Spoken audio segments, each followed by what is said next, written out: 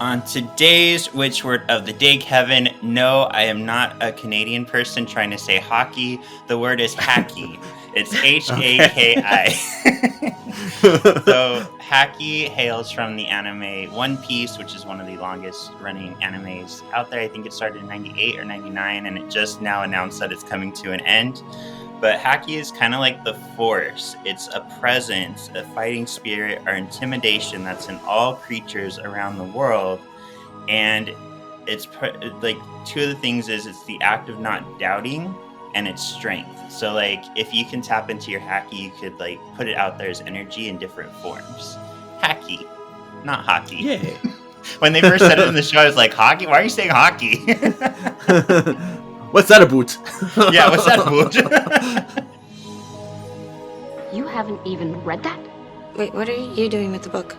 So he has the confidence to finish the story. Hear now the words of the witches. Can you hear the words of the witches?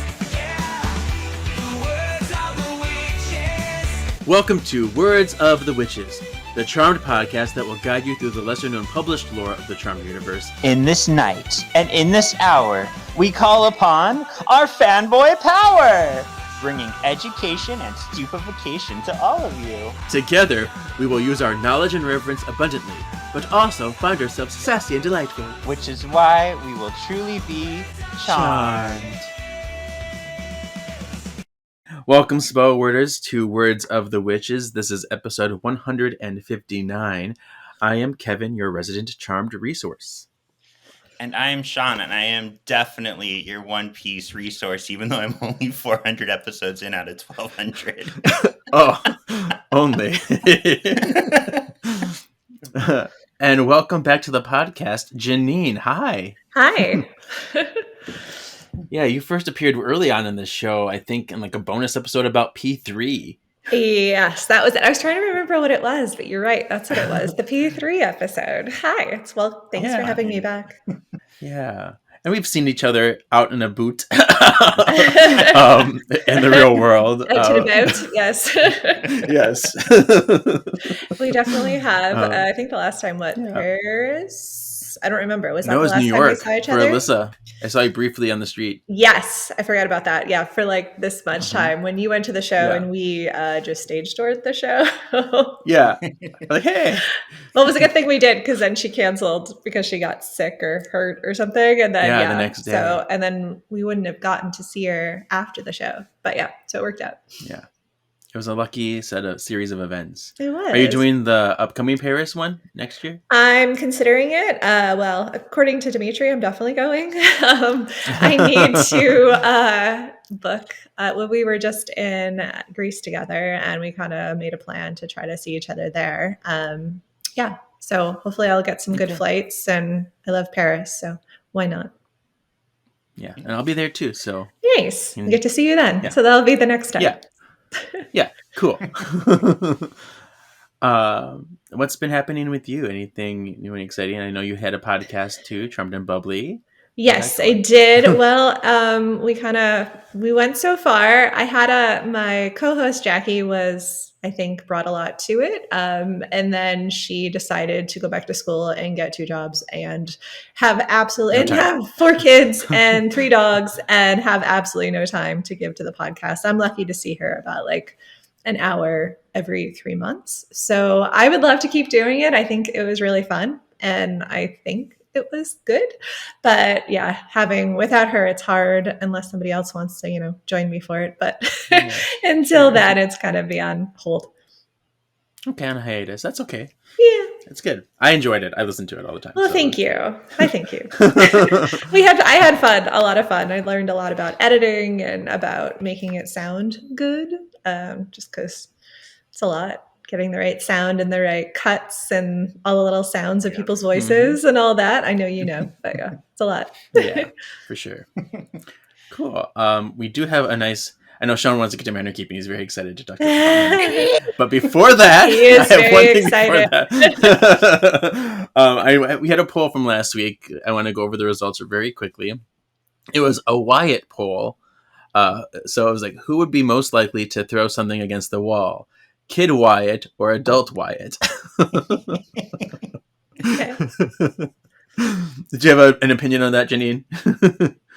I know. Random. I feel like, well, it's more so that I'm not sure who's actually more likely because I feel they're both really likely. So Exactly. that's a hard one. That's That's a hard one. Yeah, so I said adult Wyatt, just because I was thinking of him both good and bad versions of him. The way he threw Chris against the wall, the way he is like leave my family alone, those types of things. Exactly. And then Sean, and we had Alison Pregler last week or 2 weeks ago, and she said Kid Wyatt as well as Sean. So we'll see how the votes go. Yeah. So on Instagram, we had 28% for Kid Wyatt and 72% for adult Wyatt. Wow. And then on YouTube, we had 40% for adult Wyatt and 60% for Kid Wyatt. Okay. So, yeah, it's very, break even there. Interesting. All right, so let's get into manner keeping. You can't just vanquish an entire house, especially not our house. People are gonna notice. Manner keeping. Well, the problem isn't the manner. It's the manner in which it was treated. A good witch is a clean witch. I got nothing. I was in Hawaii. I was just, I'm a little out of it, so forgive us for the sleepiness, but Sean has some stuff, so tell us. So on the day we're recording this, yesterday was the No King's Day March, October 18th, and I went again, and it was amazing. So first off, the reason why I bring up One Piece is, I don't know if you guys know, but this symbol is becoming a symbol for resistance, because in One Piece, the Straw Hat Pirates are fighting a corrupt government. So I saw a lot of One Piece at No King's, and then it was just amazing because we were standing near where the speakers were being loaded onto a truck. So I met Brian Tyler Cohen, who is a YouTube influencer who talks a lot about liberal news, who I did not know Kevin follows as well. Got a picture with Brian, who's a hot little daddy. He's short. And my partner, Alan, I've never heard his voice go as high as it did when he's like, I was like, what did you just say to me? It turned out he was saying Pedro Pascal, because Pedro Pascal was on the other side of the truck from us. And my friend Tino and I tried to get to him in the crowd to try to get pictures, but you could tell he didn't really want attention, and he was in between his people. But I'm pretty sure his sister was there too. But so that all was an amazing start to the march. And then once we were marching, just so many people. I think so far they're saying 7 million nationwide, but I think the number is still going up. But it's just very powerful to see all the support from everybody in LA. So it was just a very cool experience. I had a lot of fun, and I'm very thankful that I have friends like Kevin who support me in all my crazy stuff that I do and the crazy person that I am. No, thank you for joining and being there. And I was having a 12-hour day of travel, so I couldn't do anything. So thanks for representing us. But I'm wearing this is actually a work t-shirt because I work for a spice company that's very liberal. We have these resist t-shirts that a lot of people wear at marches and things like that too. So It's a good shirt. I like that. It is a cute shirt. You have a big heart. And a big something else, but that's not on camera right now. Accurate. Okay, so let's get into so let's get into this magazine today. Ooh. So it's this Charmed magazine, issue 15, with the big tagline, "Hooray for Holly." Janine is a big Piper fan, so I thought this would be a fun book for you, magazine for you. So this was published January 23rd, 2007. We have a new editor. So it's edited by Helen Gregory. She wrote us a beautiful little introductory, note. It's like, hey guys, I'm the editor now.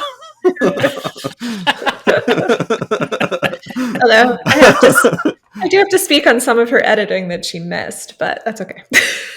Yeah. Oh yeah. Yeah, for sure. Save that in the canonical section because it's so funny. She's like, I'm into this. It's good. It's fine. It's your first time. You get experience, right. I guess. Yeah, exactly. You're learning. And we have designers Caroline Grimshaw, Daniel Burra, Stuart McKay.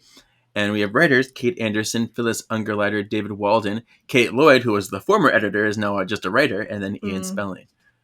The spelling was funny. So, Good little tie-in. yeah. Unrelated. There's I think last issue they had an interview about him, or a couple issues. Like they keep asking if I'm related to Aaron Spelling. And I've talked to him a couple times about it. Like, are we any kind of connection? And then we decided no, but it's fine.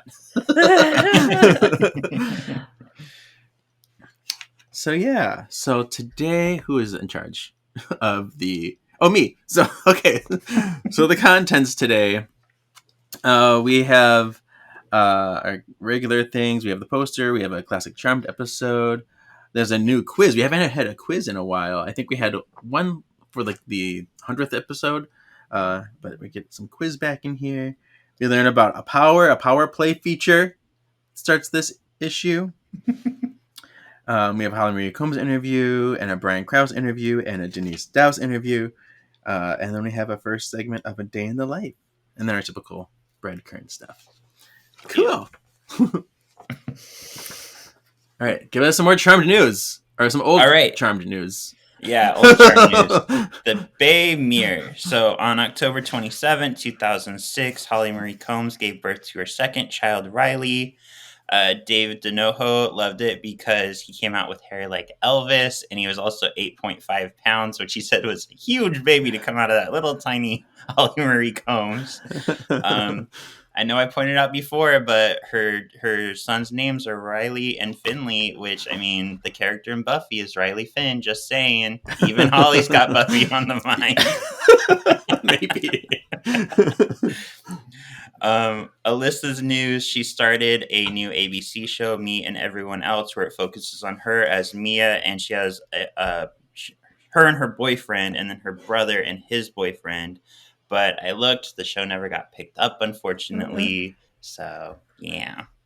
Yeah, it was created by Dan Bukatinsky, who is a very prominent gay writer, director, actor. He was like all over The Guy he did. He was also, he got very popular in another show recently. I forget what it was. But yeah, he's very good. He's very cool. He said this show that he was working with Alyssa was supposed to be somewhat autobiographical about him and his sister. Mm-hmm.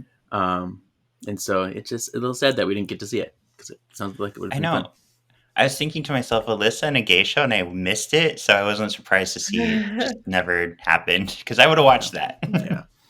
Mm-hmm. Rose at this time was touring for Grindhouse. She also got to host the Scream Award for like the best screams in horror with Marley Shelton and Rosario Dawson for Spike TV. And Brian has a new website, briankrause.us. So there's new pics on there and pics from his whole career. His short film, The Mission, was on there. The Headhunter. He was the Headhunter.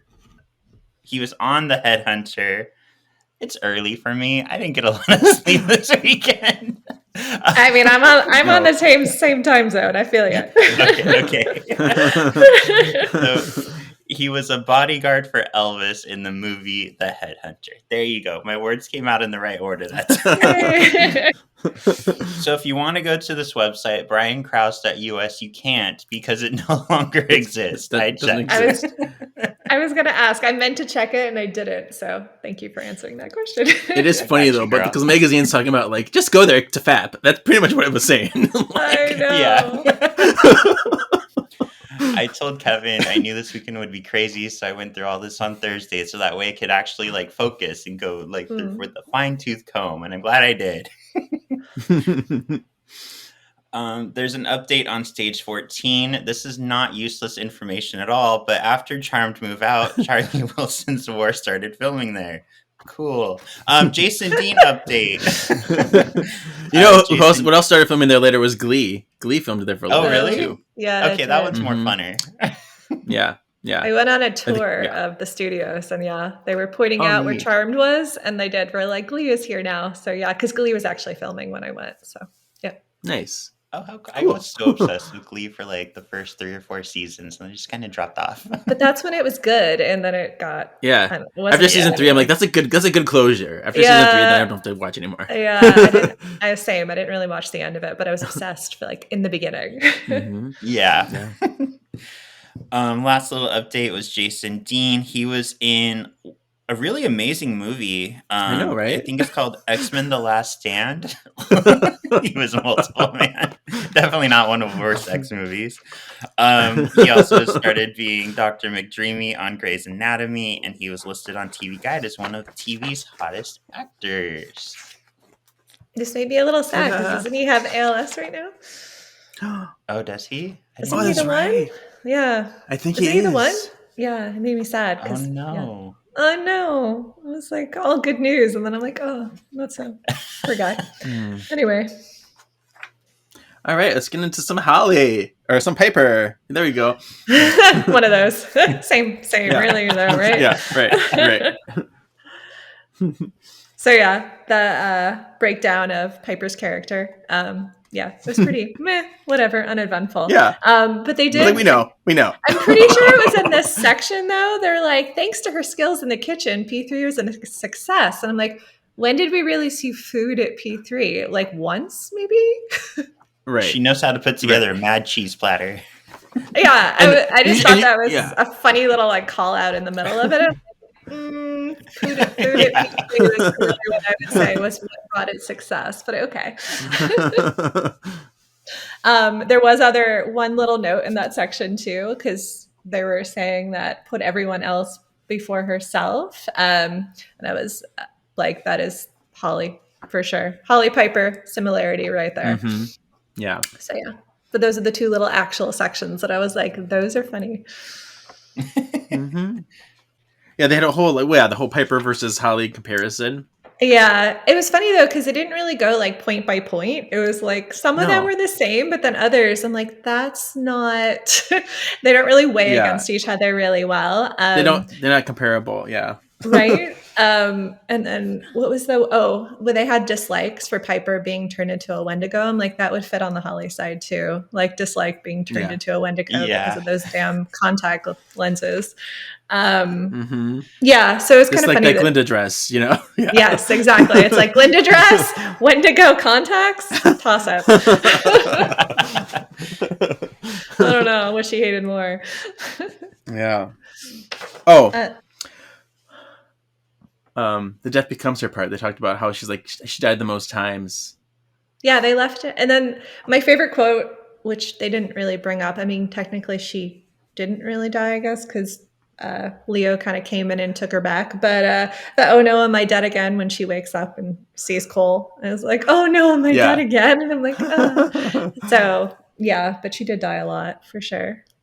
Yeah. I have that in my canonical section for later. So do I. Oh, yay! Sorry, I'm just like busting out of the timeline Yeah. here. No, you're good.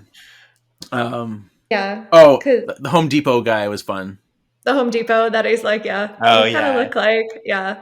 Yeah, You look like Girl from Charm, but you can't be her because she's taller than you. But But everyone on TV looks taller, and then you meet him in person. You're like, because everyone in Hollywood is like so tiny, Yeah. and then you meet Mhm. them, and they're actually a lot. Like you think they're taller because everyone else is the same kind of height until you meet them in person. You're like, oh, you're really small.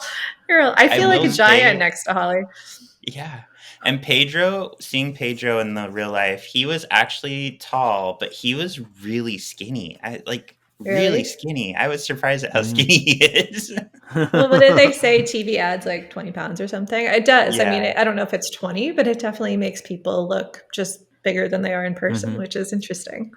Yeah, I'm like super skinny. You just can't tell because I'm on video. Yes. Yeah, and I find that true for most people that I've met, except for Julian and Victor Webster. Both of those they're enormous people. I met them. I was like, okay, I'm just gonna sit next to you. And their hands like giant. I'm like, okay, hold this fireball, and it's like barely going over it's like on your fingertips. I'm like, okay. You're like, oh, you're really big. Okay. Oh, I would. Yeah. Yeah. The other part I thought was funny too, because I could totally see her saying that is like the people started recognizing her no matter how she looked. And even though she looked awful, people were recognizing. I could totally see her saying that. Being like, now they recognize me even when I'm like looking like this. She's like, I was like, it's curses. Like this was my disguise. I know. Like, oh, it doesn't matter anymore. No matter what I wear, they recognize me no matter what. My friend lived near Holly, and she used to see her at the supermarket all the time. So she's one of them. Yeah. What you buying today? Mm-hmm. You know, Tampons. Leave me the fuck alone. Be gone. Just freeze Yes, and walk away. yes. And then there was this Pepper Pop quiz. Should we go over this Pepper Pop quiz? Who wants to take it? Who wants to play it? Who wants to give it? I don't know. I'd have to pull it up. I have two screens and my external monitor decided not to work today, so I have to use my phone. But I can give you the quiz I if just you'd read like. the first question. I'm not going to get any of these right, just based off the first question. Oh, Okay. I Okay, know Sean, all how the about you- answers, but Yeah. Okay. Yeah. Yeah. Sean, read us the questions, and then we'll just see who answers first because I don't even know. I didn't look at them. But okay. I know number 3. Okay, number 1. In what Tom Cruise movie did Holly appear? Born on the 4th of Born July. on the 4th of July. I never saw that movie though. I saw you it when see I that was movie? a kid. I saw it when I was little. I don't Okay. remember, like, I haven't seen it since, so I should probably go back. But I don't remember her per se because I didn't know who she was then. But I did see it. Yeah. Right. I've never even heard of that movie, so there you go. It was a question on one of or something stated on one of our past issues of the magazine. I Okay. forget which one. All right. What was the title of the very first episode of Charmed in which Oh, come Piper on. Holly appeared? I know, and right? was the title of the very last episode. That's just, Okay, wait. What's the question? Yeah, this is a long one. Is this the first What episode was of Charmed, the or is it not title- the first episode of Charmed? What? It's- Oh. What was the Wait. title of the very first episode of Charmed in which Piper Holly appeared, and what was the title of the very last Oh. episode? Okay. Yeah. So first episode and last episode. Something wicker this way comes. Charmed. Yep. Okay. Dumb. Let's continue. You guys are never going to get this one. What are the names of Holly's real life sons? Well, at the time of this episode, or at the time of Yeah. this magazine, sorry, was Finley and Finley and Riley. But then we have Kelly now too. Kelly. Yeah. Mhm. Ta-da. Yeah. They're so I know grown. this They're one so too. grown up now. I know. How'd They're like that adults. happen? We're not old at all. I don't know what we're talking about. No. The camera adds 20 years. I like it. Perfect. I know this one. In what 1992 horror movie did Holly appear? Dr. Giggles. Dr. Giggles, like Sean's giggling. I liked your clue. Thanks for the clue. Yeah. You're welcome. I just went to trivia and they did this sheet of like emojis and you had to guess what horror movie it was. I was really hoping it was going to be on, but it wasn't. But yeah, Oh. your little giggle would have fit right in. Yeah. Isn't it? That's know. another movie that Holly is pretty embarrassed by, isn't it? She's like, Yeah, she is. don't watch it. Yeah. I thought that was another one. I think she likes Dr. Giggles, but she says there's another one not to watch.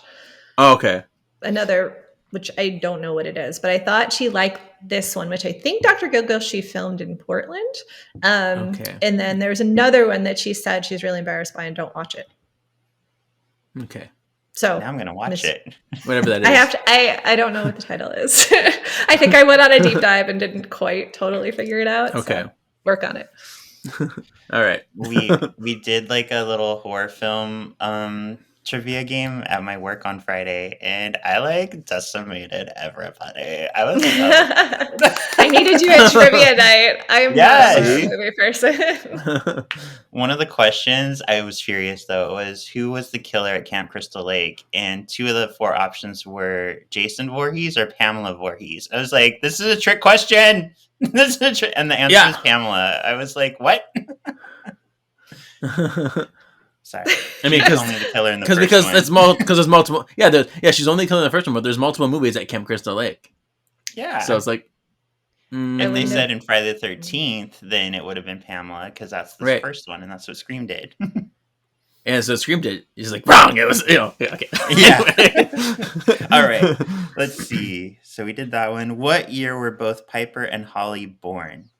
1973. Oh, the same year, 1973. Mm-hmm. On what day did Holly and her husband, former Charmed crew member David DeNoho, get married? Oh, that was in Valentine's this magazine, Day. October, Valentine's Day. Thank you. Mhm. It's in this. I'm like, I remember reading it and I forgot. 2004? Yeah. 2004? I think. That sounds about right. Because that sounds right.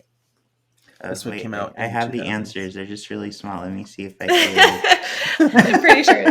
Yeah, I know you have to 2004. turn it You're right. upside down, 2004. and they're like, I know. this big. Yeah.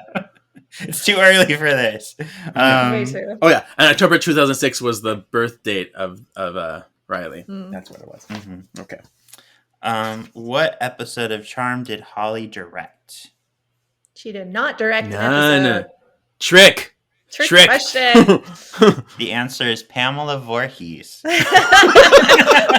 Appropriate. When did Holly give birth to her second child, Riley? Oh, I just You just said it. Read the question. There you go. October 26th, whatever. 2006. I know what October. What did I just say? You did. October 23rd, 27th, 2006. 27th. Okay. He's a Scorpio like me. Yay! What was the name of Holly's character on her previous long-running series, Picket Fences? Kimberly. Kimberly Brock, right? Kimberly. Yeah. Yes, Kimberly Brock. And in what hit 2001 movie did Holly appear? Oh, I know this one. Ocean's 11. That's just 11. Yes. I Blue. knew that one. That's I remember. Blue. That's So I guess I would have done okay on that. yeah. I've had so many people that like text me and be like, Holly's in Ocean's 11? Yeah. Because when we were doing, I had a friend text and she was just like watching it and she's like, does Holly have like a sister or something? Like, why are you asking me that? She goes, I'm just watching Ocean's 11 and she just popped up and I'm like, yeah, that's actually her. I was like, all the WB actors at the time were like in that scene. It was crazy. We're like, who can we get for this poker scene? WB. All right, so cool. That was a fun little mini grimoire game. And next we have Magic Memories. And this is just some quotes from the Charmed crew about their time on Charmed. Most of them are pretty just like yearbook signing, like, have a great year. Mhm. I had a great time with you guys, whatever. So I'm not going to go over most of them. So I have a handful that I made note of that I'll read. So this one's called Trick or Treat by Doug E. Jones, staff writer. It says, my best memory has to be the time my kids, Daisy and Alfie, came on set to star in Kill Billy Volume 1. They played the trick-or-treaters. So that's kind of a cool That's cool. little note to know. Then we have Ooh, I Say. Where's that one? Oh, there's. So this is really nice, especially after losing Julian. This is from Estee Chase, who is Holly Marie Combs' stand-in. There have been so many over the years, but Julian McMahon was always the Joker on set. I remember one occasion where he was a little bored whilst waiting for a scene. Before I knew it, he donned a long wig of makeup and one of the girls' tank tops. He walked on set and paraded around his new look in front of everyone. I still laugh when I think about that, and I missed him a lot when he left the show. So that's a cool little It memory. was cute. I liked that one. I just imagine that poor stretch tank top. I imagine and she's like, I like this top. It's like, I'm supposed to wear that later. You really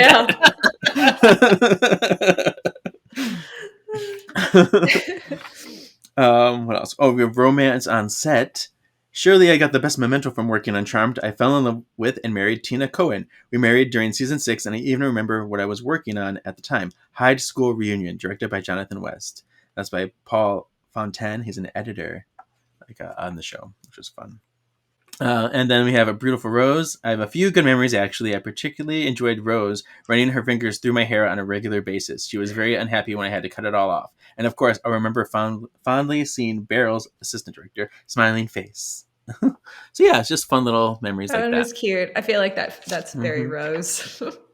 Yeah, doing she'd that. just be like, oh, yeah, Mhm. she's always been just kind of fun and just on a whim, just does what she feels in the moment.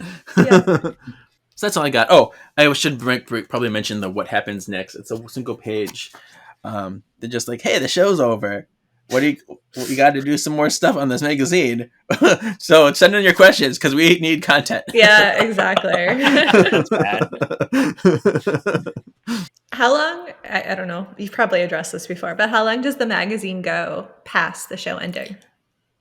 So the last issue, because I think 2 years, ends in 2008, the magazine. All right, so they got content for that long, so that's pretty good. Mm-hmm. They didn't run out before that.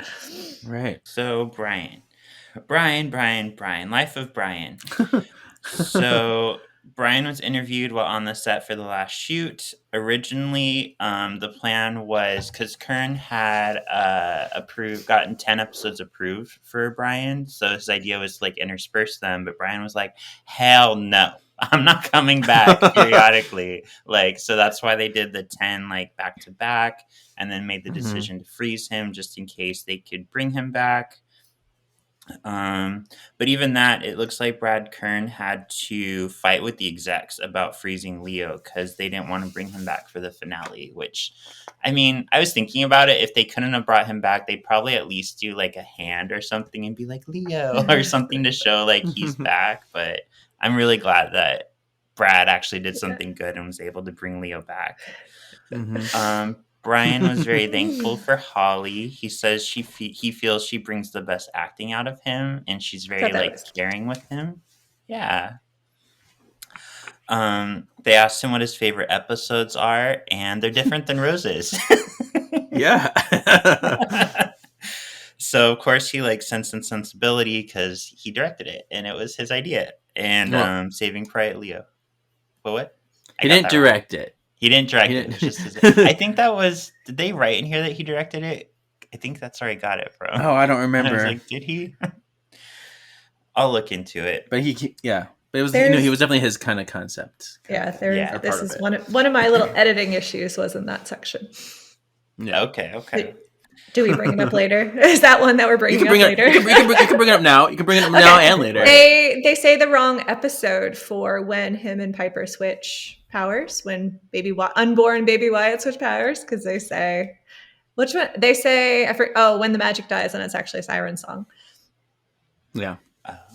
So that was one of my editing things that I have to do this at work. I'm like QC for all of our important documents, so this is what I do for a living. So I'm like, that is not right. Sorry, go on. Yes. No problem. He also, of course, loved Saving Private Leo because it was where we got his whole like backstory, and he's also very like he loves when things showcase the veterans from World War II. So the fact that he got to play one was like really big for him. He loved playing Leo because he sees Leo as a man of integrity and someone for his son Jamin to look up to. And he used to actually watch the show with Jamin, so that was kind of cool. And he feels the elder robe made him look fat. And I'm like, can anything make this man look fat? It's a robe. Does he know Robes the aren't meant to be? No. Probably not. He'll still bring that up to this day. Yeah, he's like, I think they put me in the robe because I was going to ice cream he's like, this is the time I was like going to ice cream every day to and from work. And, He really did like that craft table too. I think he's brought that up multiple times as well. Yeah. Like he was a frequenter of the craft table. That's funny. Yeah. But yeah, robes don't make anyone look thin. It's not a thing. No. Jamin knows you too, so they have a whole connection and stuff. Janine's so popular, so fancy. Jamin and I celebrated our birthdays together. His birthday's the day after mine, so we were celebrating. And when it hit midnight, I had a crown on, and I put it on his head when it hit midnight. Yeah, that's so cool. It's so cute. Yeah. I was about to say a lot of bad stuff about Jamin, but I'm glad I didn't. No, I don't know anything about him. I haven't seen him since the accident, though. So that was a horrible, horrible accident. So, yeah. But I'm glad he made it through. I only met him one time at that 90s con when he was there for, Yeah, it was super cool. Yeah, my friend Teresa's super into yoga, and he was as well. So they were bonding over that as well. So that's cool. Yeah. Love it. So then, what is next? Oh, we have a poster. There you go. It's a Holly poster. It's a Piper poster. I Season feel like 8. that photo. I feel like I've seen that photo so many times. Like it's just one of those photos that you just have seared in your brain. I don't know. Right? Yeah. Oh, and then we're now to our classic charms. So it's Janine again. The Run Piper Run. What is it? Air date October 9th, 2005. Fitting since we're in October. So Demon Free. So I feel like Holly said it many, many panels. Like she always wanted an episode to be like demon free. Of course, she was like sitting on the couch and doing whatever. But this is a demon free episode. Just has a really awful man. Who ends up getting his girlfriend in jail. And that, Piper's character that she picks to cover up when they don't want him to know them is actually this poor woman who's been framed by her awful boyfriend who put her in jail. And then she gets arrested for it. I'm not doing a very good summary of this episode. I don't know if that was supposed to be part of this thing. Okay. No, you're fine. No, just the general is perfect. I feel like I'm all over the place. Okay, yeah, cool. You're good. You're good. I feel like I'm really all over the place here. That's enough. That's enough. I do like that they use the freezing power in this, since the freezing power really hadn't been used much at this point because they had really gone to the exploding power.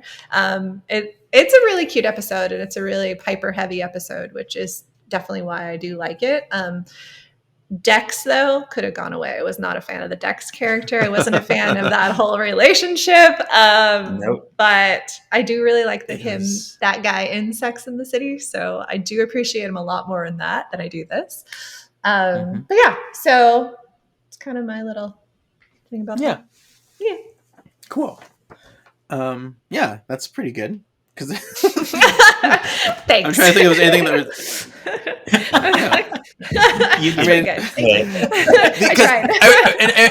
In every one of these, because every magazine has like a episode feature, but it's like it's cool to remember, but they don't really offer much. They don't. Yeah. There is some good bits in that, and I think they mentioned that Paige gets to really be funny in that one, which. Because Rose's her comedic acting is pretty great, I think. So that's another fun little stage of that. Yeah, I do too. Oh, now there's something we have to do together. I haven't looked at this section. This is find your charmed partner, your perfect. I already took the quiz. I already know my answer, which was not surprising, but yeah. Okay, well we're gonna take because I haven't taken it yet. So Sean and I are gonna take it now. What is this, some kind of game? Grimoire Games! Some people think this is entertainment. Janine, would you like to read us the questions and then we can break down our... Let me get it up on my tiny phone. Because my stupid screen. Yeah, fine. Okay. So question number 1. What do you look for in a perfect partner? All right, here we go. A, power. B, good looks. C, money. D, a good sense of humor. E, someone kind and caring. F, all of the above. That's kind of a cop-out answer. That's kind of a cheat. I know. Like, give me everything. Yeah,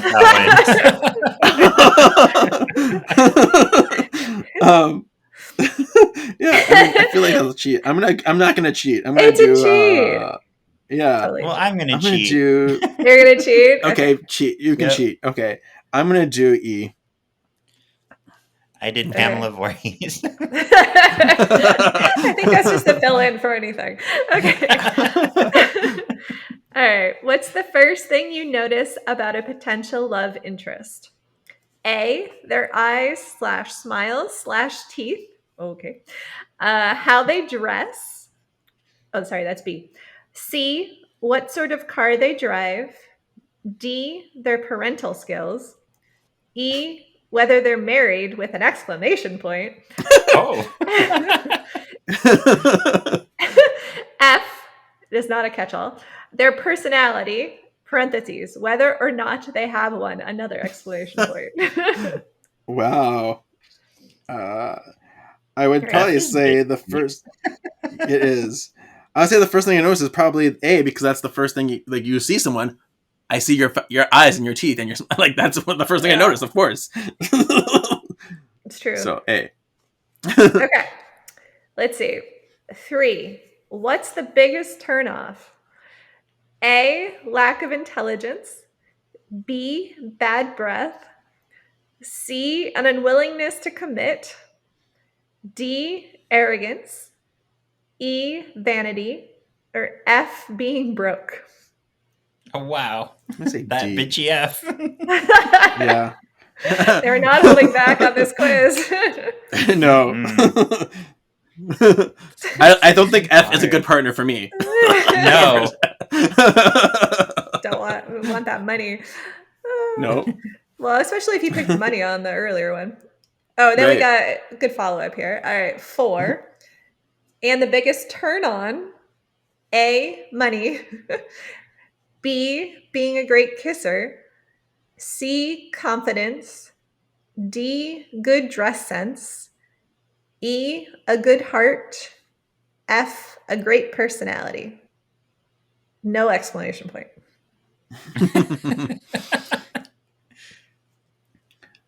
I'm gonna say C. I don't know. There's lots of things in there, but yeah. All right.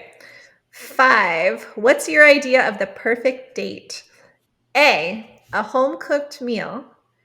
B, a romantic meal in the most expensive and exclusive restaurant in town. I didn't say she a gold digger. Yeah. They really are going for this gold digger thing. Every answer has one. All right. C, a trip to the cinema. D, dinner and a show. E, drinks and then dancing the night away. F, a romantic moonlight stroll. Mine is D because that's my favorite. I love getting dinner, then I love going to see a musical. Or that was mine too. A musical and so yep, it was mine. Yeah, that's the way. Totally. I love seeing movies, but I hate them for dates because you can't talk or anything. You can't talk. Right. Yeah, I actually would rather go to a movie alone because, like, you don't get to. You're just next to somebody. Yeah, like, what? Right. It doesn't really matter. No. All right, 6. You're on a date with your new beau, and you spot your ex. What do you do? A, run away fast. That one made me laugh. B, walk over and introduce your new partner. C, panic. It was a very bad breakup. D, pretend you haven't seen them. Honestly, that'd probably be me. Yeah. E, smile at your ex and then proceed to snog. I love that word. To snog the face off your new lover. Or F, ignore That's how you know them. it's a British magazine. Exactly. Yeah. Some British words are great. That one being one of them. Yeah. I don't know. What would I do? It kind of depends on the ex, really, but I put B. Yeah. Oh, that's good. That's a very mature thing to do. Yeah. Wait, you said E? The snog your B, face off? like boy. Oh, I thought you said B. E. I was like, you're going to B. No, B is the mature thing. And I would not do that. I wouldn't either. I would not. I probably would. I'm telling you, I'd be that. I didn't see them. I don't know what you're talking about. Yeah, I'd probably. Because I'm not gonna just leave. Like, especially if I'm having dinner, I'm like, I just leave without paying. You can't do that. So I would probably just look like I didn't see them and put the menu in front of me or whatever. Like, look somewhere else. Like, oh, look at the beautiful light fixtures they have in this restaurant. I'm gonna say I've probably done this. So just yeah. There you go. All right, 7. Okay. What would your idea? Let me start again. What would be your idea of the perfect long weekend break? A, shopping and sightseeing in New York. B, getting pampered at a spa. C, a romantic, cozy, spelled with an S, another British one, country cottage as far away from civilization, apparently I can't talk today, as possible. D, staying in bed. E, you're far too busy to contemplate taking a day off. I think. Ew, I feel like there's an F. Hold on, I gotta scroll over. Oh, there's more to that one. You're far too busy to contemplate taking a day off, never mind a whole weekend. Or F, anywhere you can eat, drink, and party the night away. A, New York. I know. Death Becomes the musical. I love that show. Good show. I haven't Mhm. seen it yet. I'm Oh, dying. you need to see it. Yeah, I saw I it. I saw it know. in previews. Yeah, My I saw it friends in are still previews. working on it, It's doing the good. makeup on it, and it's like he Really? keeps asking me to come back out. Get Yeah, You me need to near. see it. It's so fun. It's so fun. I need to see it really like that again show. because I saw it in It's Chicago. I didn't see it in New York. okay. Yeah, it's. I love Megan Hilty as well. It's a great show. Mhm. So good. Highly recommend. What would All I right. say for that one? I didn't pick one yet. I'm gonna say, I don't know. I guess A. I guess I'll do A too, even though I feel like there's a better answer for me. But There I don't might like be. the other ones. I know. I don't know if the like shopping and sightseeing, but I'll take the New York. Yeah, right. Yeah. Yeah, we'll just pretend it says seeing a musical in there too. Yeah. All right, 8. How lucky in love are you? A. Very. You've already managed to find your soulmate and hold on to them. B. You've been burned a few times, but you think you finally found the one. C. You haven't got time for love. D. Pass. You find it hard to distinguish between love and lust. E. You're still looking, but you remain hopeful. Or F. You have to live with having lost the love of your life, so you go figure it out. Ew. That's a weird question. All right. I don't like this one. I said A because I'm with my Alan. Aw. Let him just go. What? I'm gonna go D. Pass because All even when right. I'm with somebody, I'm like I'm not the most romantic anymore. Like I'm so jaded. Pass. Okay. 9. What's the perfect way to show someone you love them? A. Give them your time and attention. B. Buy lots of flowers and chocolates. C. Give them your credit card. D. Surprise them by cooking a romantic candlelight meal. E. Buy them something flashy and expensive, like a new car. F. Give them the world, literally.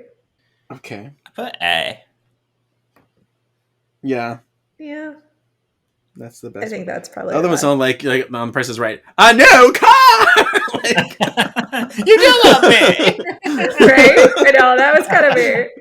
All right, we have the last question, which is number 10. Okay, what's your take on love at first sight? Fact or fiction? A. It exists. You're living proof. B. You believe in it, but you haven't experienced it for yourself, although you hope to very soon. C. It's a load of old rubbish. Very British. Mhm. People confuse love with lust a little too often, as far as you're concerned. D. Love isn't an instant thing. It takes time to grow. Be patient and love will happen. E. Love doesn't exist. Period. Never mind at first sight. That's the bitter one. F. It's just those dreaded hormones playing with your head again. Dreaded hormones. Dreaded hormones. I'll say B. I said D. All right. So that's the last one. How do you want to score? How are you scoring this? Are you scoring So yourselves? we're just gonna look at it and then I'll tell you what our result is. While we're doing that, Janine, why don't you read your result? Who did you get? Well, so every charmed quiz I take, whatever it is, I always get Paige, no matter what. So, I mean, Okay. granted, so the one I got was Henry or Paige for my perfect partner. But it says your perfect partner is Henry or Paige. The hunky Henry would be the guy of any girl's dreams. His heart is always in the right place, but just don't be surprised if you have more than a few canceled dinner dates. It looks like Paige is the gal for you. You're both playful and fun-loving and a little quirky. You have so many things in common. Life for the pair of you would never be dull. That's for sure. So I don't really think Henry fits me. I do think Paige fits me. Yeah. But that is what I got. But it's true. I mean, any quiz I take, whatever, like what's with sister you That's are, pretty whatever, funny. I always end up with Paige. I mean, sometimes I'll get Phoebe, but it's pretty often anything I take is Paige. So apparently I'm pigeonholed into the Paige. But I couldn't do the Henry thing because I'm not a fan of canceled dates. I'm okay with like I'm very independent and I like having the separation, but if we make plans, don't cancel on me. Yeah. I got the one I wanted. Yay! What is that? I totally did. Read yours. I totally did this wrong. I was like, I have to add things now. I'm like, oh, great. I thought it was just like by the Yeah. Oh letter. no, So I'm like, you have to add up. Yeah, so I'm doing that. So you go read yours. What'd you get? So I got 45 points. So I got Paige and Henry. I am the same as you, Janine. Aw. And I think they are both gorgeous. I wouldn't like the canceled dates so much, but other than that, I would definitely sit on Henry or Paige's face. I was pretty happy with my result as well, except for I can't handle the cancel dates. Yeah. Paige is my favorite sister. I love Paige so much. Is she? Yeah. I think I always end up with her because I am a little quirky and I do have and I'm an only child, so I have a lot of similarities in the way that she handles situations. So. Oh, okay. But yeah, I definitely have the quirkiness for sure too. Yeah, I'm definitely quirky. I think that's why Paige speaks to me, because I've always been fascinated with Rose McGowan as a person, because she's like such an odd person, and that's what like draws me to her. I think the fun thing about Rose is she's not like any other human I've ever met, but in the ways that for which I love people, which is like really being true and authentic and lead with your heart, that's her. So like that's why I really enjoy Rose, but like I've never met anyone else in my life like her. Yeah. I love that. Yeah, she's very special. She knows, she's very attention to detail and things like that too. And so she notices you, and she does. She like registers everything, you know? She does. It's her. I think it's because she does lead with her heart. So she wants to know and cares and wants to know about you and remembers things about you, which I think is really cool. Holly's also really good though at remembering things about people, like making it a point to remember things you've told her too. Cool. Well, I got Daryl Prue. I mean, that makes sense. The Daryl one makes me yeah. So that says your perfect partner is Daryl or Prue. You love the mature types, so it's no wonder you and Daryl are so well suited. You like to be the center of attention, so it's a good job he'd spoil you rotten with weekend breaks and dinner dates. Prue's always been more mature for her years and takes the responsibility of a relationship very seriously. Fiercely loyal and protective, she's the woman to love and support you in good times and in bad. I see this for me. Yeah. It's a good one. Well, they did a good quiz because it's very fitting. They did. Yeah. Cool. That was lots of fun. What's next? Oh, it's me. A day in the life of Derek Berlatsky. Berlatsky? Is it Lansky or Lansky? I have to look at this again. Oh, that was the editor guy, right? That was the editor? Yeah.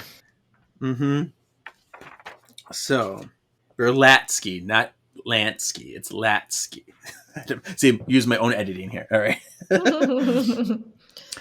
So he was a prominent Charmed editor, beginning with the presentation reel, The Unread Pilot. So he's been on it for the beginning, which is pretty cool. He hasn't done every episode. He's done 52 episodes, but that makes him the editor who has done the most episodes. And Paul Fontaine, who we talked about in the memories, he was second with 38 episodes. So he would come in every morning and he would begin editing the dailies from the day before right away. And then they'd go through, and editors would generally be in charge of editing every third episode in rotation. So they would do one episode, and then the 3 episodes later, they would do that episode. And then they would put together an editor's cut, which would then be given to the director to review. And then, it's like, this episode's too long. We need to cut something. Or I think we had a better performance in there, so I want you to use that instead. So they'd come back with notes. He did 1 season of Beverly Hills 90210 and then moved to Charmed because he knew it would be an opportunity to learn and be challenged. It's just a different kind of show. It's not people talking at each other. We got some effects. We got some magic. So he's like, that would be great on my resume. His father was also an editor, so it's like a family business at this point.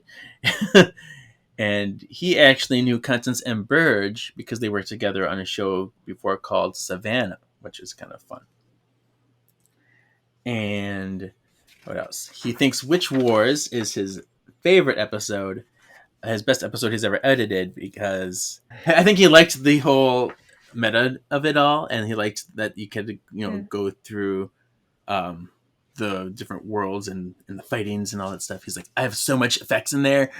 And then The Wedding from Hell was the worst episode he's ever done. He said the first edit of The Wedding from Hell was only 20 minutes long.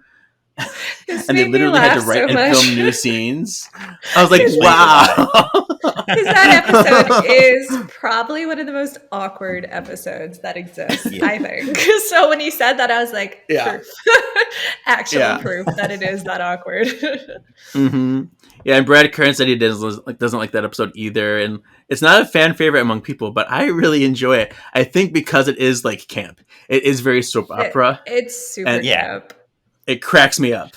But you can tell in a way that it, like when you said it was only 20 minutes, you can tell they were trying to like figure out how to make I guess. I guess the pacing is really weird. Yeah, it's kind of put together. Yeah, but it is campy. I mean, I enjoy it, but it's super awkward. yeah. But I enjoy awkward, so it's fine. Yeah. Can I just point out my favorite part of this whole article is there's just a picture of Kira sitting in the middle. I kept wondering, like, are they going to talk about her? But I don't think they did. There is just a picture of her just standing there. I know. I wouldn't think I was like, why did they pick her? And I'm looking at the list of his work too. There's not really much with her in there. So I think, in graphic design where you're like, oh, there's too much white space on this page. I got to figure out how to fill it. What fits? People love charisma. Fits perfectly in the space I need to make my words perfect. It's charmed. It's fine. Mm-hmm. They're like, this article's not that entertaining. Let's put Charisma Carpenter with her tits out. Let's just really give people a look. She's beautiful. So it's perfect. All right. Denise's Destiny. So this is about Denise. She passed away too. She did. Did she? Oh. Denise Dowse, yeah. Mm-hmm. Poor Denise Dowse. I know. So this interview took place during the filming of Forever Charmed as well. Denise said she kept up with Charmed over time because she always hoped she could play a supernatural being on it. So she wasn't an avid watcher, but she would watch just to make sure she kind of knew what was happening. Just like everybody else, she points out, like, the crew's like a family. Working with everybody here is like a family. I love working on this show because everybody's like a family. I'm like, okay, we get it. No, just kidding. She was excited because this was her second rap party on a spelling show because she was there for the rap party for 90210 since she played Principal Teasley for 23 episodes. That name sounds like a porn name. Like, I'm Principal Teasley. What would you like me to tease you today?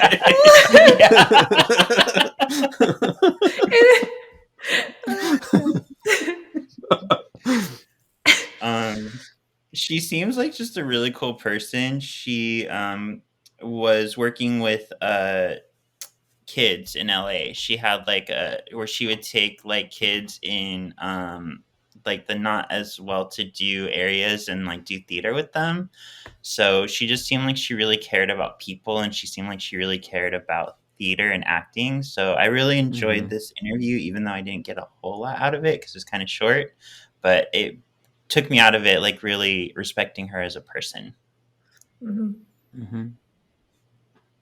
Yeah, I liked her. Yeah, and I think she was excited to play this role because it took her out of her niche of what she usually plays. So it's like, I get to be magical. I get to marry people. I get to marry Coop and Phoebe. Yeah, I know. I like that part too about her teaching the kids theater. I thought that was really sweet. Directed a production of Guys and Dolls or whatever. Yeah, that's super cool. It's funny because she came back for the last episode of, I think she attended the wedding of David and Donna on 90210. So it's kind of funny that she closed out that show. She closed out Charm. So she got to be on a lot of like season finales of spelling shows, which is cool. Yeah. And I think she was very observant because even though she wasn't like there for the whole show, she got to see, like, she noticed the camaraderie and she noticed the joy and the sorrow and the uncertainty in everybody. And so I think that's just her being a good actor, a good thespian, a good theater professional, when she's noticing emotions in other people and noticing what this means to them. That must have been interesting too, right? Like you're coming in, you're just there for so many, but you're coming in at the very end. So you're getting to see, like, you're not someone that's been with it throughout the life of the show. So you're getting to witness all these people's real feelings on how they feel on their 8 years ending. And it had to be an interesting experience to experience it, but not totally be connected like they were. Right. It's true. Very good observation. Thanks. Cool. So that's Denise for you. We love her. Yeah, I know.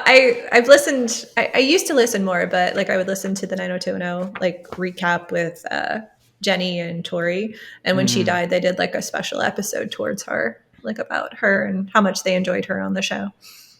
Aw. Yeah. So now we're gonna do our first ever The Powers of Three. So Janine, First take it ever. away. Yeah. Yeah.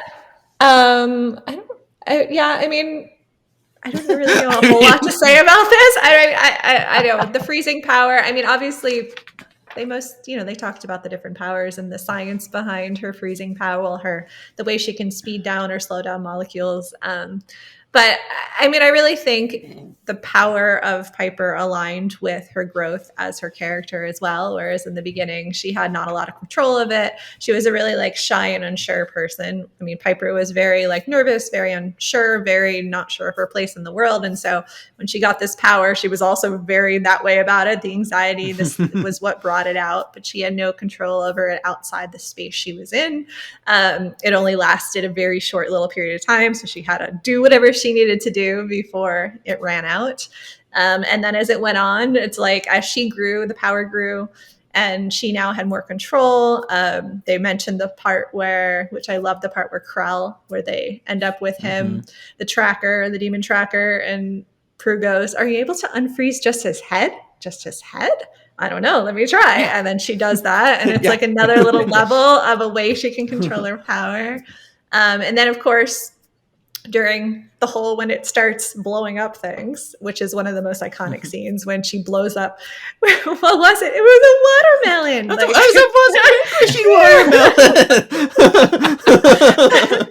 That's literally one of the best scenes ever. When because she starts by blowing up the clock when they're getting their passport, and then it leads into blowing up the watermelon when she finds it. But then, through that, and I really think her relationship with Leo is really great, and it shows their connection when he's the one that's able to kind of like walk her through how to get control of it and start like really controlling her, the way she blows up everything, and he's, giving her tips, but she ends up figuring that out too. And then that becomes, I mean, I feel like the strength that might feel like a stronger power because you're seeing something blown up, whereas she's becoming this like empower. I'm now the oldest sister. I have to protect everything. So it fits that. And I feel like that's why it was more of the like blowing up than it was the freezing as it went along. But I know as us fans, we really enjoyed the freezing. So it was also fun that they did sprinkle it as it came along, and we all were happy to see it come back. So apparently I didn't think I had a lot to say, but I did. No, it was great. It's because you know the show so well, you know the characters so well, and I do. I've seen it way too many times. I think because I watch it so many times, I'm able to like come up with my own views and my own things and how it connects and how I feel it connects to the characters, and also getting to meet the people and getting to know the people that played them. I think that also kind of plays in with what I feel about certain things in the show. Cool. Thank you. I love that. And that's freezing for you. It's funny because during the comics, when we covered the comics, we would have a power play section, and I would go into a power in depth. So a lot of this we've already covered. So the way that you presented was perfect. There we go. All right. So now we're in our Ask Brad section, the dreaded Ask Brad I section. know. And I'm sure you guys have said this, but I'm just like, because, during the whole like getting fired from NCIS and all these things coming out, and when he did, and I'm just like, Yeah. I remember I think it was during the guidebook season where I gave Sean the whole rundown of how it all went. He's like, "Oh my God." No. We had it. Not good. Yeah. I know. And it's just hard because, I know. He's like the helm of the show, and now we're a little like, I know. What are you gonna do? Yeah. Kevin and I are used to So- all the things we love. We decided like Joss Whedon of Buffy and what's his name, Bryan Singer of the X-Men movies. We're Yeah. like, why did they take all our things? I know. It's not fair. I know. So yeah, so this is another interview with Brad. This is the ending of every magazine issue, and sometimes there's interesting things to take away. Sometimes there's not. I'm trying to think if I had anything from this section. Yeah. Ew. Why you gotta show his butt face to me? Don't show me his butt face. I'm Brad. I just look like a I good love- chicken. When we at the end of our comic season, we covered the Harmed comics. Do you remember those old Harmed parody comics? There were I have there no were idea like what that is. Oh, it was back in like 2004. There's people were making like Charmed comic strips, and they're kind of like satirical comic strips, and they would always draw Brad Kern with like this really like long like ball faced chin, and it was hilarious. It's like they knew I'll have to send something you some of that them. no one else knew at Yeah, that time. right? Yeah. Yeah, I don't know because I didn't come into Charmed until 2006, and I really didn't Right. become like huge into like I watched it then, and it was like my coping when I moved to Vegas. But like I then came back into it later, like 2013, so like really strong. So all the stuff that existed, like that was out there during the time, real yeah. run of it, I have no idea of any of it. So like I didn't know this like the magazines, the cut, like all this stuff is all just like brand new to me. That's Kinda cool. fun. It's cool that we can kind of bring some of that out. Then I'll have to send you some of those strips because they are hysterical, and I think Yeah, I'd like to see them. Yeah. Sean, anybody? I have a few things that I had, but I want to let you guys say anything that struck out to you guys first. I didn't realize he was the guy in the Deja Vu episode, Deja Vu all over Okay. again, when he was the one selling the house to Dan. I didn't realize that was him until I read this. That's my little Yeah. takeaway. There you go. He was in the season 2 finale and then the season 1 finale. He was in Deja Vu all over again. He was like, was it the car guy? Oh yeah, they said the When his car broke down. Yeah. Oh, sorry. And- That's Deja Vu all over again. It's the car. It's the tip. Mhm.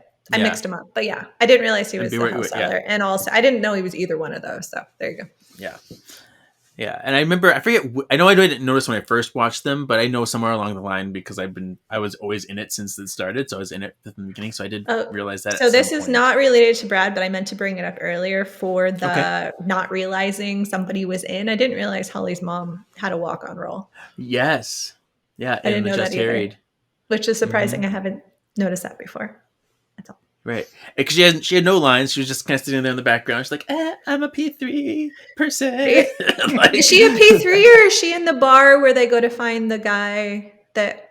Oh, sorry, that's what I meant. Yeah, right. Sorry, Is that what it was? You're right. Okay. She was that bar and Just Harried. Yeah, I'm thinking of bar Just Harried P3, but no, she wasn't. I mean, Just Harried. there's not a In the lot of pool. other bars they show. I mean, it's not very typical 'cause for a bar scene. But yeah, that's the Right, I'm one. trying- Right? The biker bar. Yep, that's the She's one. in the biker bar. The biker bar. Yeah, and she has to be blonde. She's gonna be some blonde girl in there. I have to figure Yeah, I'm out. gonna have to go which one back she and was. find it. I've just never noticed before. Mhm.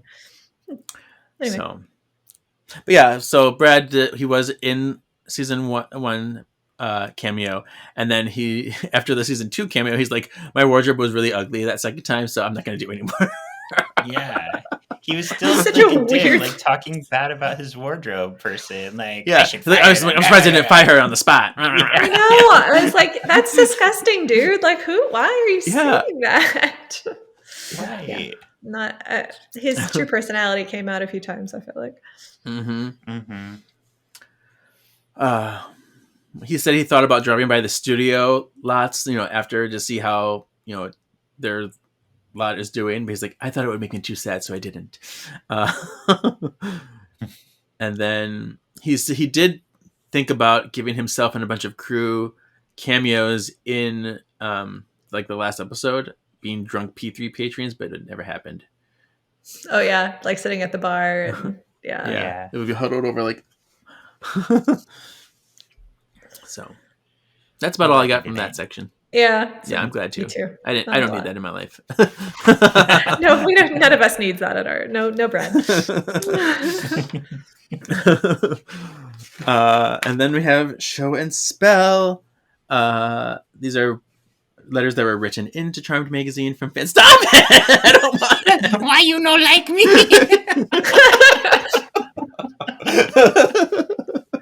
Oh no. Oh no. Oh no. I didn't get too many from these. I thought the star letter was cute because there's a picture of them cosplaying as the goddesses and Oh My Goddess. Where is it? There. So I don't know if you saw the Halloween, it was COVID, so probably 2020. Okay. Mandy Line, who did, she started, I mean, she was pretty young on Charmed, and then she worked on the other Charm we don't talk about. But she put, like, if you want to do a cosplay thing for any of the shows I worked on, send it in. And so I posted one, and I made us into the goddesses. So I got Sharjuan and Darian to do their dogs as I think I did see that. Yeah, and then we were the goddesses. They were the dogs were the gods. We were the goddesses, or not the gods, but you know. And yeah, I ended up getting one of the places for her finishers. I think I got third or second place. So I did. I got to be on Mandy Line's live for that, and she followed me, and so we still follow each other. And she's really nice. Like, she'll react to a lot of my things, or yeah, she'll wish me happy birthday. And yeah, she's a really cool person. So when I saw that, I was like, oh yay, cosplaying memories. Yeah, I did. It brought back a little happy COVID memory. What am I actually have random happy COVID memories, and that's one of them. Oh, that's so cool. And I think I remember seeing that picture. It was like, yeah, years ago, but yeah, you're right. Yeah, I'm pretty sure it was 2020. Okay. Yeah. Cool. What's another? Oh, I did have to point out the True Drew one. Yes. Thank you. Like, what? The first line, I'm a huge fan of Drew Fuller, who played Grown Up Wyatt. I know. And I'm like, what? How? And I'm like, did the fan do that, or did they type it wrong when they made the bet? These are my questions. Like, did the fan actually, was it the fan's fault and the fan didn't know, or was it the editor, like when they, or whoever was typing it up, typing it in wrong? So these are questions I had, but also, yeah, I was like, what? That's not the right one. And I felt stupid. Like, how are you a Drew Fuller fan if you don't even know who the characters they played? Yeah. So I was trying to give the fan the benefit of the doubt that maybe they just typed it wrong when they were retyping her thing. Maybe it's Helen Gregory's fault. Helen. Yeah. And how sad for Guy Shabazz that now we think that of her. Like, did you not know? I know. If you're listening, please tell us. Yeah. I need to find her on Instagram or something and be like, do you exist? Like, still online? Yeah. We need to know if this was you or if this was their fault. Yep. So yeah, that's all. I mean, most of these were pretty normal kind of fan letters. They weren't too interesting. Yeah. We had this one drawing sent in. Where is it? I'm trying to get my camera. Nope. I saw it for you. Oh. Yeah. It's on here. There it is. It's weird because it's like opposite. Yeah, there you go. Yeah. There it is. So, yeah.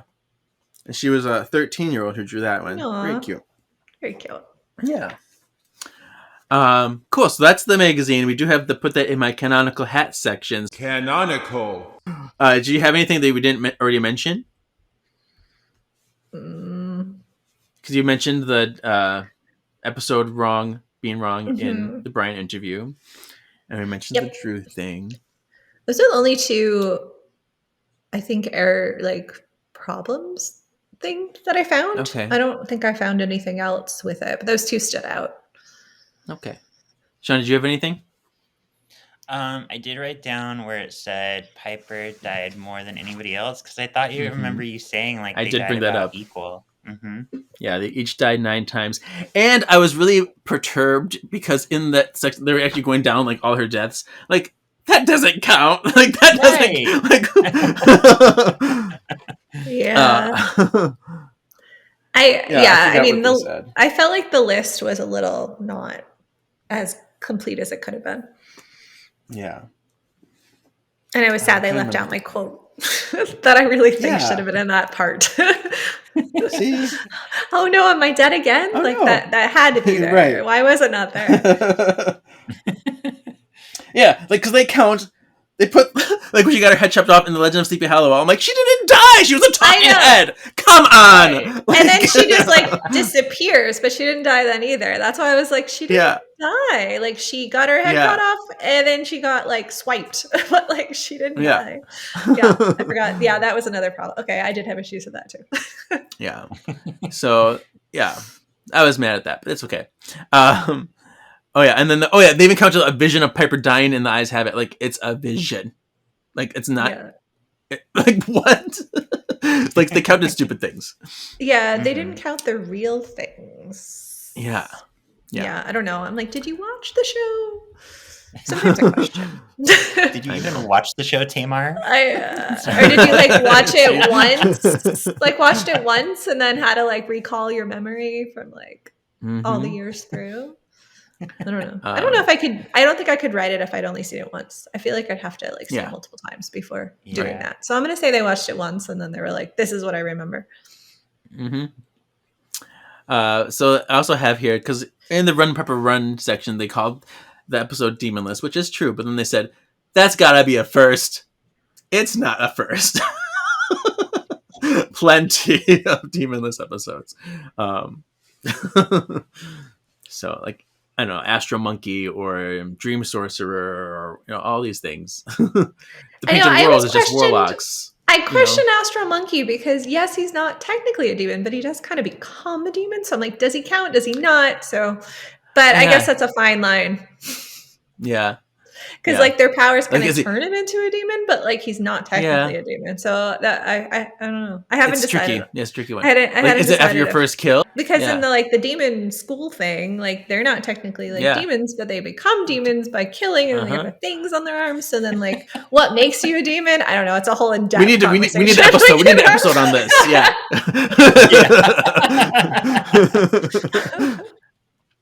But bottom line is, it was Run Pepper 1 was not the first demonless episode. All the way to season 8 with no demons. Like there's plenty that didn't have demons, or Good, the Bad, and the Cursed is one. Is just the time loop or something. Yeah, I mean it's just the time. Well, yeah. I mean, and you count Balthazar being in it. Balthazar was that's in it. the thing I was going to bring up too. Like, if you're Balthazar. counting no demons, does Balthazar then bring a demon even when he's being a good cold demon? Like, does that count as a no demon? Like, so I feel like that would probably count as being in the episode. Yeah, you're right. But so these are my this is what I was saying. It's a whole like debate we could have. Like, what's an actual demonless episode? So ouch. Sean's just like, I'm done with you too. What's going on? Oh my god, internet problems. I can't see you guys. He'll just disappear. All right. So yeah. Anyway, that point's made. We got that going. There's another editing thing here that made me laugh. On page 37, the editor put, "Things are hotting up." I noticed that. I didn't notice that. Now I gotta go back. Yeah, go to page 37. I forget where it is. 37. Oh, and I did go back, and they did not reference Brian Krause as the director of Sense and Sensibility. That was me. I thought they did for some reason, but they said co-writer. Oh, there you go. There it is. It's in Reasons to Watch. It's the second one up. Things are hotting up between Phoebe and Dex. See, I think I thought that was like a play on words, like hotting up. No? I don't know. I don't know. Stop trying to make fetch happen. It's like not he's gonna hot. happen. Like I don't know. Like she thought he was hot, so like he's hot. I don't. Okay, I'll stop trying to make it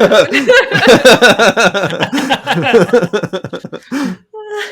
It made sense in my brain, but a lot of things make sense in my brain that don't make sense to other people. I get that. Yeah. So that's all I got for canonical then.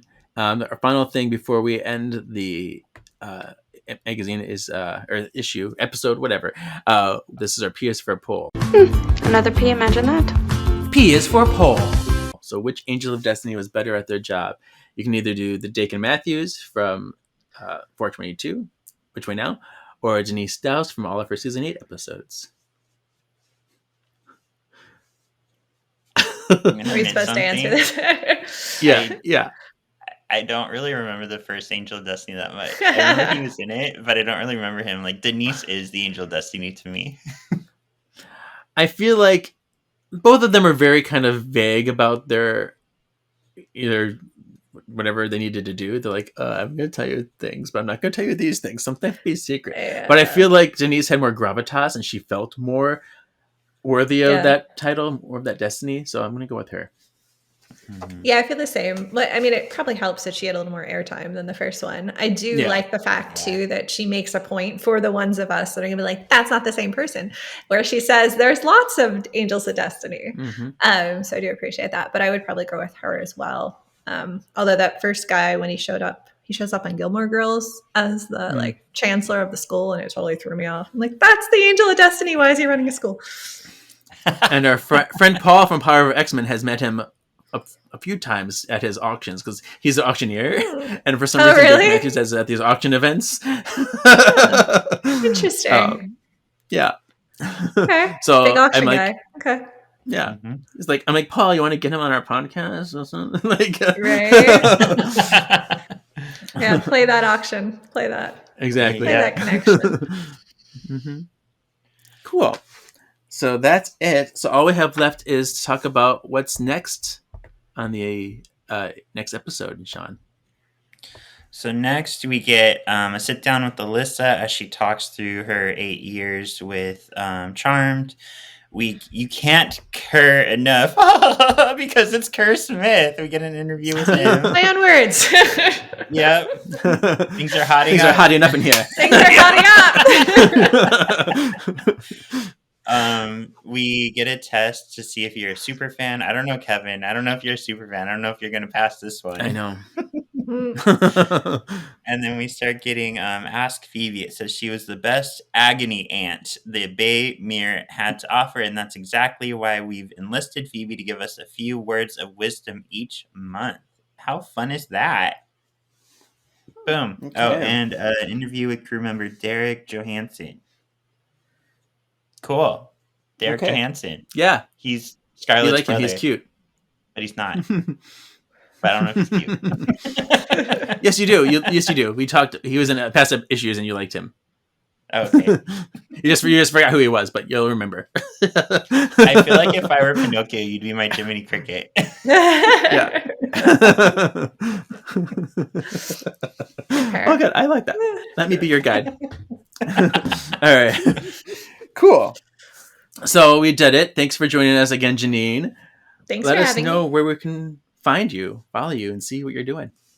Let's see. If you want. No, that's fine. I'm most active on Instagram, which is at CelineJN5. That's probably where I am most active. So good place to find. I do my Charmed and Bubbly podcast does have accounts, but they're a little out of date. But if you haven't listened, you can listen to all the backlog of the episode. It's true. It's true. It's called Charmed and Bubbly. It is a pretty amazing podcast, if I do say so myself. But yeah, we only got through a little bit into season 3, but you can find that on anywhere you listen to podcasts. It is listed everywhere. I typically would listen to it on Apple Podcasts. Okay. Thank you. Shawnee. You can find me and Kevin on with Ryan on Solving for X, where we are currently on WandaVision. We took a detour so we can cover WandaVision and Agatha all along in preparation for Vision Quest. We just launched our website, solvingforxmen.com, where you can also check out our merch or any past episodes.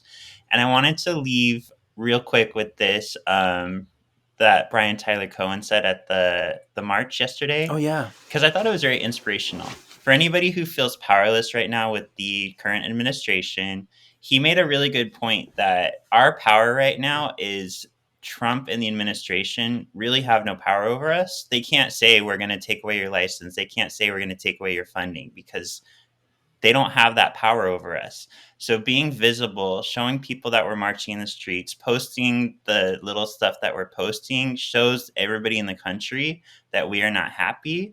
And that's part of why, like, Marjorie Taylor Greene just recently spoke out against Trump because she wants to get reelected. And if we're showing that we don't like Trump, these people need to start turning away from him. So just remember, you do have power right now. Absolutely true. Thank you for that. Sure. Keep doing what you do and making your voice heard. That's what we got to do. And speaking of voices that you just heard, you like that segue? You can follow Words of the Witches on Facebook, Instagram, or YouTube, or follow my personal Instagram at KJEEZY87. And we'll see you in 2 weeks for the next magazine episode. Thanks for listening, Spell Worders. Your destiny still awaits. Bye!